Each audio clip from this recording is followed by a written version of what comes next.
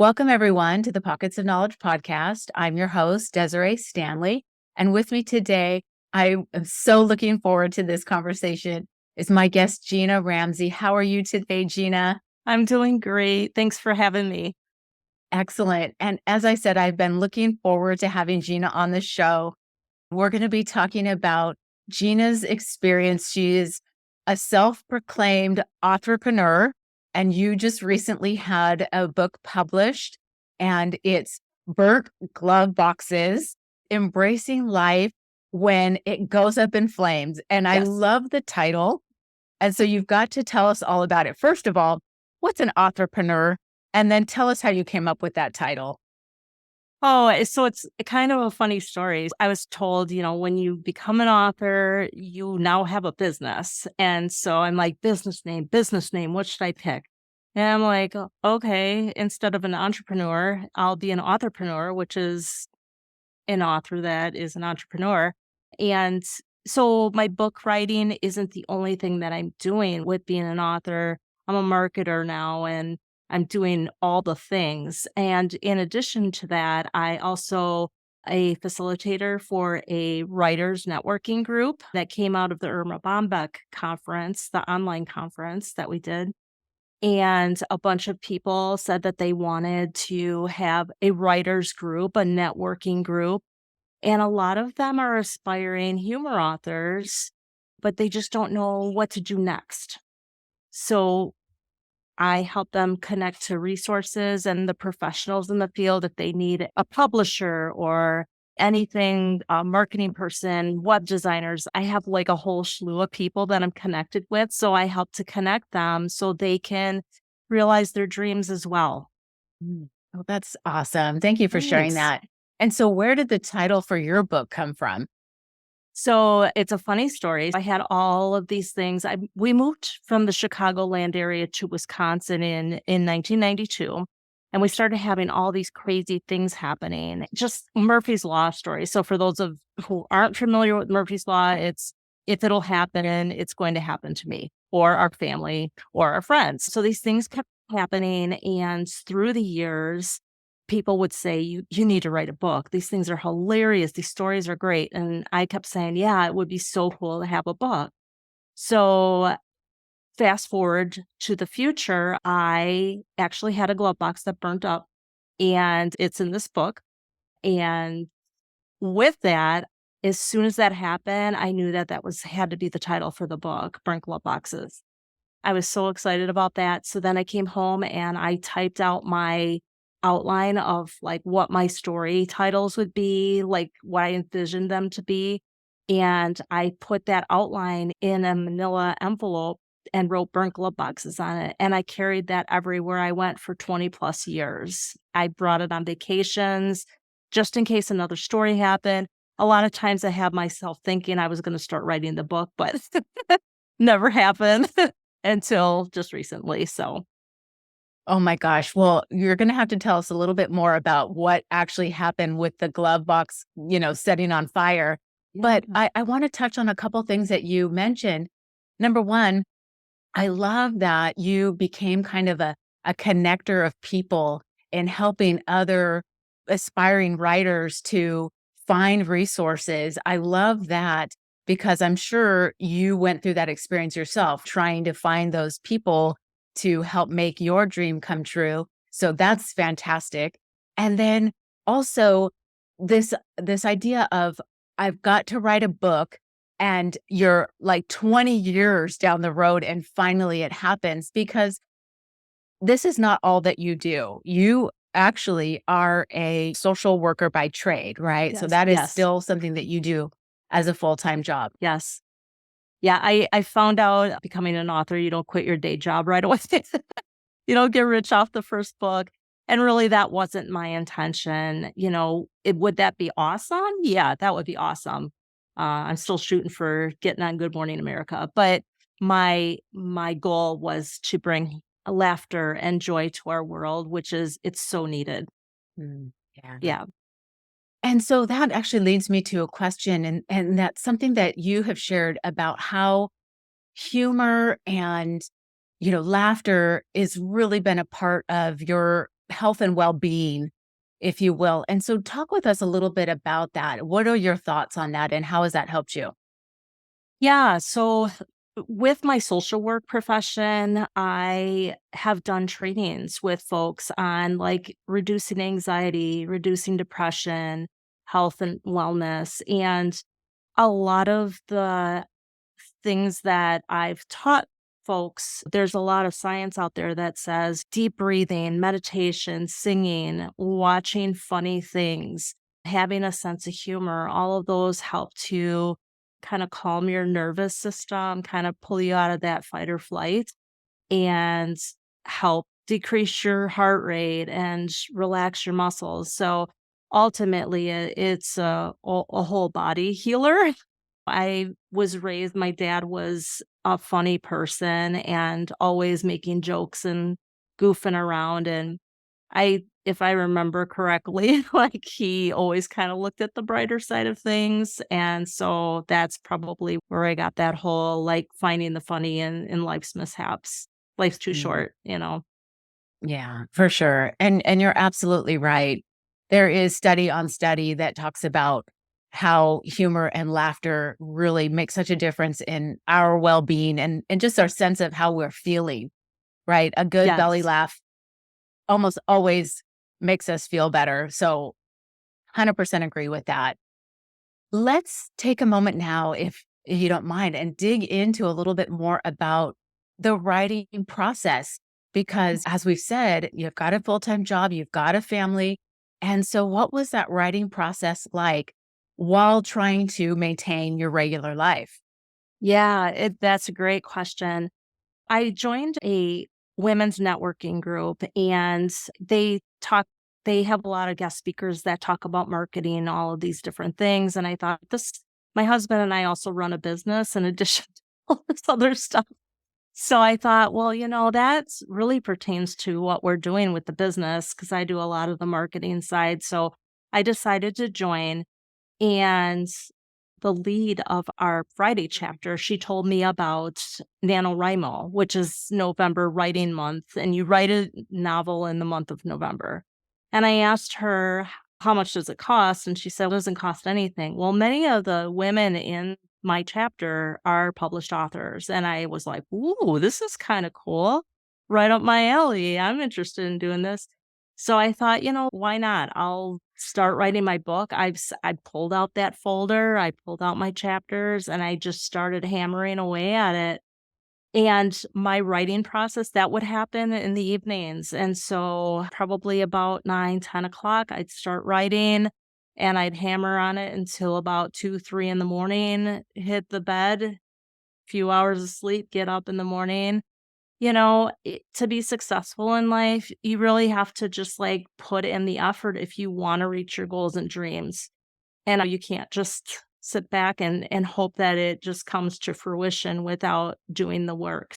So that's how I did that. And luckily, my publisher is part of my Friday chapter as well. And so I asked her if she would take a look at my piece of my work and let me know if it might be something she'd be interested in taking on. And she did, and she loved my writing and decided to take on my project. Oh, that's excellent. Thank you Yeah. for going into detail on that.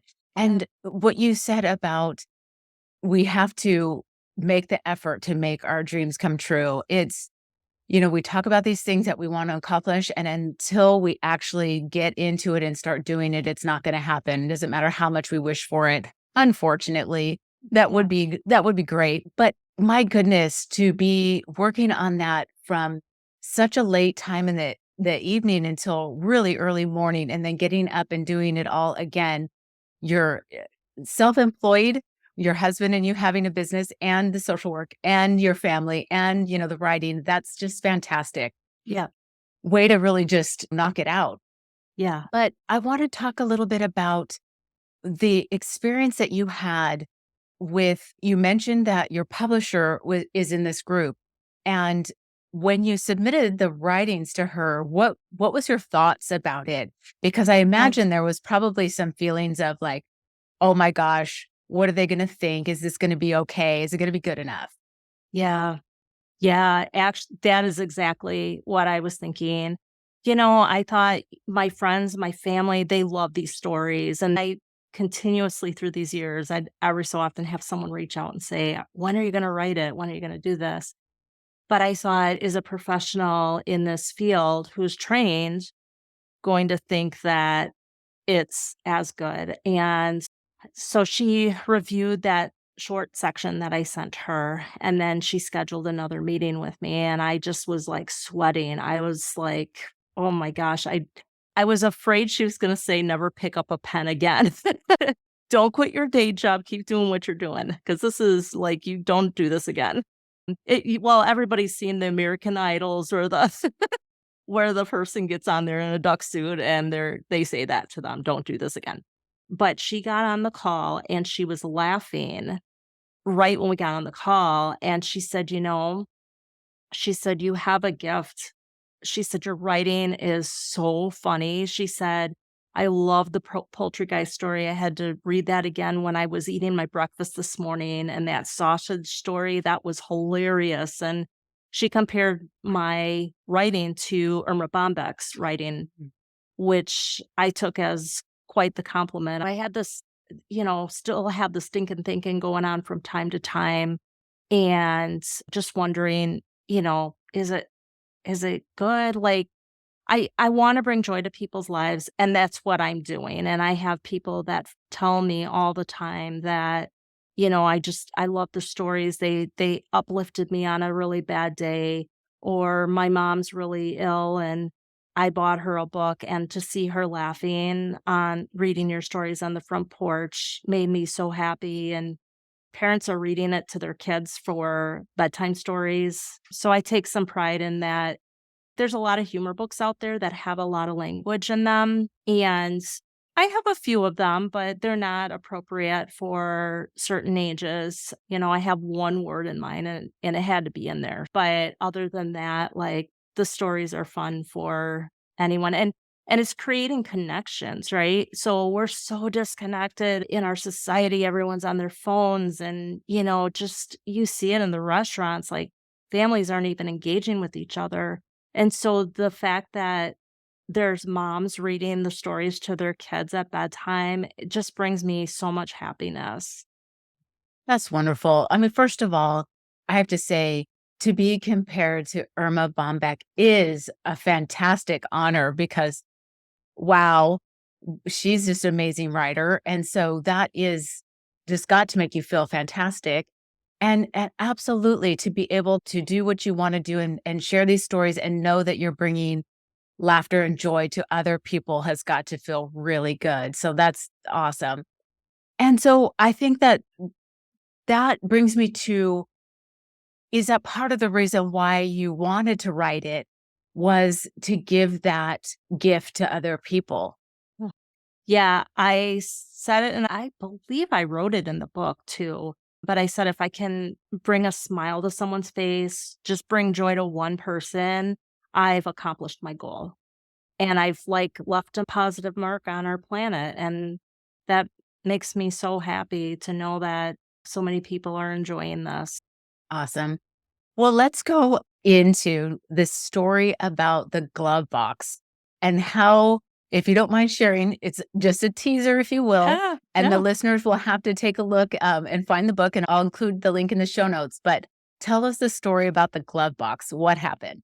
Yeah, so we had many, many car troubles with a lot of different cars that we had. And so my mom sold us her car, which was a Grand Prix. She was on hospice and she's Mm. like, "I just want you guys to have this car because your cars have been so horrible." So we purchased it from her. And I thought, she never had any issues with this car ever, and she was well maintenance, she took really good care of it, and so we thought we were gonna be in good shape. We get this car from her, we order our Wisconsin license plates, and we did not order vanity plates, we ordered regular plates, and they came as JWN123, and my mom's name was Joanne, and I thought, "Oh boy." Wow. It was crazy. So all these things started happening to the car, like the radio would randomly turn off or turn on. It had one of those retractable antennas from years ago, so that would just randomly start going up and down, and all of these things were happening to the car. Well, then we started having issues with the glove box, and it completely broke open it as we were driving one day. Wasn't even touched, but the lock fell off of it, and so we duct taped that, and I mean, by this time we had a disaster, right? A haunted car that the glove box is, like, malfunctioning, and so we went to my son's basketball game. I'm trying to make a teaser. We went to his basketball game, and as we were kinda coming out of the gym, my husband discovered that the glove box was burning, but we didn't know why, and we finally figured it out. It was crazy, but he had ripped the whole, like, everything out of the glove box and still couldn't find where the burning was coming from, but the car was filled with smoke. So, long story short, there was a hole burnt into the outside of the glove box, and that's when I decided that that's gotta be the title for the book. So and there's a few little nuances in there about what we found inside the glove box. So, yeah, listeners, get the book. It's a really I don't know, it was a very odd thing that happened, but I feel very fortunate that, in a way, my mom contributed to this book as well, so You know what? That's perfect. That's a perfect teaser because I really wanna know, like, what happened.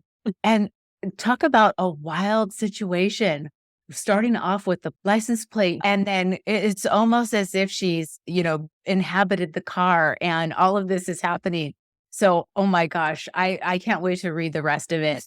Thank you for sharing that with us yeah. and kind of, giving us some teasers on other chapters as well that you shared earlier. So I'm excited to read it. I can't wait. So what do you hope that the readers will take away from the book? I know we've talked about how important it is for you to share these stories that are funny and to, hopefully bring some laughter. But is there other things that you hope that the readers will take away? Yeah, it's interesting that you asked that question. I hoped that people would think the stories are funny, and, humor is very subjective. Mm. You can tell that right from talking to somebody about Seinfeld. People either love it or they hate it. There's no people that I have ever met that say, "It's alright," See, I can't stand that show or I love the show. So, there are gonna be people who aren't my ideal readers. There was one person who had bought my book and he did a review. And for any of your listeners, I would encourage if you buy books, whether it's mine or anybody else's, make sure you do reviews. It's so helpful for authors. If there's things that you think could have been added or whatever, like that's how we learn. Or if you absolutely loved it, it helps our ratings. So, but there was a gentleman that had purchased my book and he did a long review. He gave me 5 stars, but he said, I expected from the other reviews that I was going to buy this book and I was going to be on the floor rolling and laughing. He said, but that's not what happened. He said, not only was it Murphy's Law stories, but poor decisions, which I'm like, well, yeah, that's right. There were a few poor decisions in there. But he said his takeaway was so much different than the other readers who just said, "This is hilarious. I was rolling."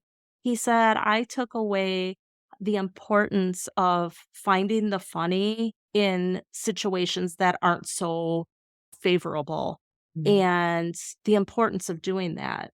And his review was wonderful because I thought, wow, that's really interesting that he had that takeaway because that was really my goal is like I want others to be able to it's not they're my stories, but I'm hoping that other people will just like be able to not right in the moment because that doesn't always happen, usually want to cry or scream, but be able to take a step back and go, whoa, that was really funny how that happened, and be able to just kind of look at the brighter side of it. Great point. Actually, a couple of great points there. One, Review books. Yes, absolutely. Authors, like you said, get so much from that, and it helps other readers who are exploring for new books to decide whether or not they wanna pick up your book. So that's a great suggestion. Yeah. And then the other point that you made about finding the funny in these things that happen in our life, and no, maybe at the moment they are not funny at all. But when you look back on it, it becomes those things that you and your family or your friends can laugh about. And you've got to find that in those moments that are difficult, right? Absolutely. And the other thing that I hoped and I was a little nervous about is e because there's so many critics out there, and it's so easy to get behind a screen and just bash somebody. But I was really hopeful that people wouldn't take it as you need to find everything that is a horrible thing in life that happens, that everything you can find funny in. I know there are situations that there's no humor in them. It's just tragedy, tragic, or loss and different things like that. But I'm looking at like some of these simpler things in life. So I'm hoping that that's what readers are gathering. And so far, it seems like that's what's happening. Yeah, certainly there are situations that are extremely painful and difficult and not humorous in any way. But as you said, you're talking about stories that are a little bit more lighthearted and not that depth of a situation. So Right. certainly that makes sense. So let's talk a little bit. You mentioned at the beginning about NaNoWriMo, and I am familiar with that from days long ago when I was on Twitter, and I'm going to age myself, like back in 2009 and 10. That was where I first heard about it. And so tell the listeners a little bit more about it and Yeah. how you set your goal to write your book in a single month. Yeah. So after Jill told me about it, I went on and took a look. She sent me the link. And so what you do is you can put in your book title if you have an idea of what your title might be. You can put in a little mock-up of your book cover, which looked nothing like what my book cover looks like right now, but it was my idea and it kind of was it's one of these things where it helps you to just like set a goal and start working towards it. So you can put any word count you want in there. Then as you type, then I would go and drag across it and then count how many words, and then I would update my word count. I did not complete the book in the month of November, but I will say that it was the catalyst that got me started. And then I was very excited about it and I kept working on it. For a lot of people, writing so individualized. Some people take years to write a book, some a few months. Some can maybe do it in the month and are very successful with it. I don't think there's any right or wrong way of doing it as long as you just start. I think your stories are so like everybody has stories, whether it's memoir or it's funny stuff. And it's like such a great legacy to leave for your family. And for some people, they don't want to share those stories. So they're nervous about, like, if somebody were to find the story or whatever. My guidance to folks like that is just, write what you think you feel is safe to write. And because there's so many beautiful stories out there that you probably have experienced as well. Yeah, that's a great point. And you're right that even if you can't finish it in the single month, what a great way to jumpstart the process and hopefully keep the ball rolling until you can get it done. And so that's a great, great idea. And really, it doesn't have to be November. It could be any month. It could start on any day, right? It's just Yeah. getting started. And also, your point about the stories that we have are so important to share, not just for, our own family and maybe our own children or grandchildren, if the case may be, but for other people who might find some kind of solidarity or inspiration or a lesson learned that, could be beneficial for them in their life. These stories are so important to share with others. So I think that's a great point. And Absolutely. well, so something that I discovered doing a little bit of digging on you is that you are out and about in kind of your local area talking about your book in different venues. And so Yeah. share with us what that's been like and how you kind of discovered that that was something you wanted to start doing. Yeah. Once you write a book, that's just the tip of the iceberg. So now you have to market it. And I was asked by somebody I know, well, doesn't your publishing company do that for you? Why aren't they doing all that for you? And it's like, no, because they're not the face behind this title. It's you as the author. And I am somewhat of everybody says, oh, you're such an extrovert. And I'm really like not. I'm more of an introvert extrovert. But I knew that in order to get people to know who I am, I would have to put myself out there. So when I'm in small businesses, I think outside the box. So it's not just the library or the local bookstore. I'm thinking outside the box. So I have worked with a few individual businesses, like little gift stores, like, where they have all these unique gifts and stuff like that, so I've done 2 of those, and they've been really successful, and it's really a win-win because people are coming in to either have me sign their book, and then the store is new to them or vice versa, and one of them here in Superior is gonna have me come back the Saturday after Thanksgiving as well, so I'm gonna be going to one of those shake shops here where they serve the shakes and teas. So I'm collaborating with them. I'm collaborating with a brewery. And then early next year, I'm already planning out from one of the towns that we lived in where all this stuff happened. I'm planning on going to their new cat cafe. So they'll have books there and the cats, of course, and then of course coffee. That's such great ideas. I love Yeah. that. And you're right. It is. And I think that probably comes from your marketing experience is that thinking outside the box and not just doing the typical places, like you said, a library or a bookstore or something like that. Yeah. Great ideas. A local boutique or how fun to do it at a cat cafe. Yeah. Oh my gosh, that sounds like a blast.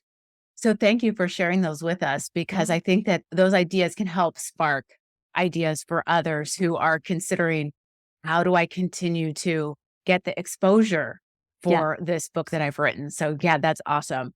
Absolutely, and the thing is really it's so amazing the places that want to help, and they are so excited to have an author come in, and it's like learning the people and working the networks and really building those collaborative relationships. So it's the book business is a relationship business. And Mm, my publisher said that in one of our little sessions, and she's 100% right. yeah. Yeah, Mm. good point. And I just have to mention my guest on the podcast episode prior to yours when it airs. She actually talks a lot about collaboration and finding those different people who you can work together with. So I absolutely agree how important that is. What can we do for others? And so I love that idea of collaborating in a way that's mutually beneficial. Absolutely, and, I've Yeah. been to a couple of events. I went to a brewery here, Earthrider, and they do, a makers market during the summer on the 1st Sunday of the month. So they have people put up their tents and their tables and stuff. And so, I didn't sell a whole lot of books at that event, but you know what? I met some fabulous people and I met another writer here in Superior. And now I'm working with her, going to one of the boutiques here in town, her and a more popular writer, Carol Dunbar. They're bringing all 3 of us to their customers. It was just an amazing meeting with this writer, and she's like, "You want to see the cover for my book?" And I'm like, "Holy cow!" So it's like it may not be a whole lot of sales, but it's the connections you're making and being present with people. And again, it's that thing. I think even with COVID, we lost those connections, and I think it's just so vital for happiness and health, and yeah, it all Yeah. kind of goes together. Absolutely. Yeah. And for sure, the last few years have been extremely challenging. And I think that it's going to take time for us to come back out of that. We're going to be forever different. I think that Absolutely. that has just been such a shift. But I'm hoping that, we will continue to see everybody trying to be together again. And I love that you mentioned the makers market. In the town that I'm in, we just had that last weekend, and it was so much fun. There's live music and all kinds of local people who are making products here and, sharing that with the community. And so those Yes. are so vital to the towns that we live in and do bring that community together. I think that it's fabulous. Yeah. So, Gina, I'm curious, do you have future plans for any additional books, and what are you thinking that you're going to do? I do. I am going to be releasing my second book next year. It'll be Burnt Gloveboxes 2. My transcript was large enough to make 2 books, so they had to split it in half. The second one will come out next year, and then we'll be starting the anthology. So, for those of you who are familiar with Chicken Soup for the Soul, it's going to be very similar, but rather than inspirational stories, it'll be Murphy's Law stories. We'll have open submission periods. And our first one will be animals. It can be wildlife, zoo stories, and pets, all of that. So that's going to be a lot of fun. And then I have a couple of anthology things that I'm working on with some of the people in the Germinators group, but more to come on that.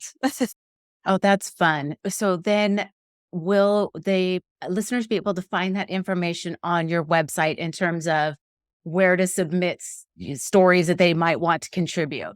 Yeah, we'll have a submission software get going on that, and that'll be connected with, I believe, my website.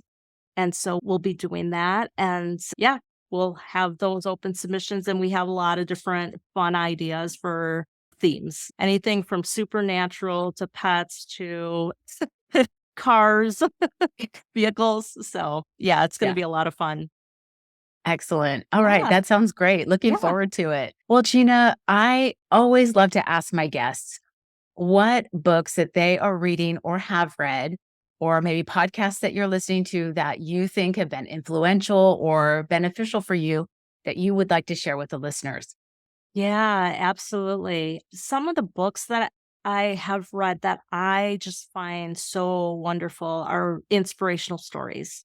And so Tuesdays with Maury is one, just that compassion and that person taking the time to go and talk with a man about he's dying, but he's sitting with him every single Tuesday. And then the last lecture is another one. Mhm. And it's weird because, like, both of those have a dying theme, but they both have a living your life to the fullest while you're here theme. And that's a motto I stand by. Awesome. Great Yeah. recommendations for Yeah. sure. I'll include those in the show notes for the listeners to take a look at. And then Yeah. how about any podcasts you enjoy listening to? Oh, I do. I'm trying to think. There's one called The Dreamcatcher, and I'm actually going to be on that one. And again, it's that theme of, you know what? If you've got goals, what are you waiting for? Like, Mhm. start working towards those, get those bucket list items checked off, live your life to the fullest, and don't get caught up in your head of the what ifs and what if this happens or what if that happens. It really aligns with the social work, like therapy things that I've been trained in. It's living in the moment and not having fear in your life constantly. We always have that thing telling us that we can't do something. And that's something that I did battle with when I started writing. And I did get to the bottom of what happened there. And it was an assignment in 8th grade that I had a really bad experience with. And so it shut me down. So that was wonderful to get down to the bottom of that. But that was a voice of fear that was talking to me. People are going to laugh at you and not in a good way. They're going to not like it. They're going to laugh at you. It's gonna be horrible. Well, thank you for sharing that podcast with us, but also what you just shared about those fears that we have, that voice that's in our head that's telling us, we can't do whatever it is we want to do, that we have a desire to do. And Thank you so much for sharing how through this process, it helped you find what it was and that 8th grade assignment that triggered this shutdown for Yeah. you, because what a great, like, lesson to learn through this process of writing, right? Yeah. Yep. One other benefit of this has been, working on yourself and finding Absolutely. these things that were holding you back that don't have to now, Right. and that's awesome. Yeah. Well, Gina, thank you so much for being on the show today. I've so enjoyed Yeah. our conversation, and I would love for you to share now if people want to follow your journey, learn more about what you're doing and where you're going to be, how would they be able to find you? Absolutely. So my website is www.ramseyauthor.com. And then also you can find me on Facebook and also on Instagram, Gina Ramsey 429. And then I'm newly on Twitter. I had someone encourage me to get on Twitter. So I'm figuring that out, but I'm on there. So it's G Ramsey Author on Twitter. And the 429, that's a significant number. That was the day that I signed with my publisher. So that is my lucky number. Awesome. Thank you so much for sharing that. All Yeah. of the places that we can find you, I'll include all the details of that in the show notes to make that super easy for the listeners. And also your lucky number. I love it. It's Yeah, amazing. absolutely. And, if the listeners, if they're interested in like humor writing or anything like that, on my website is the email link. So they can just email me. If you get the book, I also have where you can get a free bookmark and a signed book plate. So if you're interested in that, just check it out. Thanks Yeah. for sharing that. Yeah. And thank you again, Gina, for your time and Yeah. sharing all of this with us. It has been just so much fun, and I so appreciate your time. Thank you. Thank you so much. I appreciate it. All right, we'll talk more soon. Yep. Sounds good.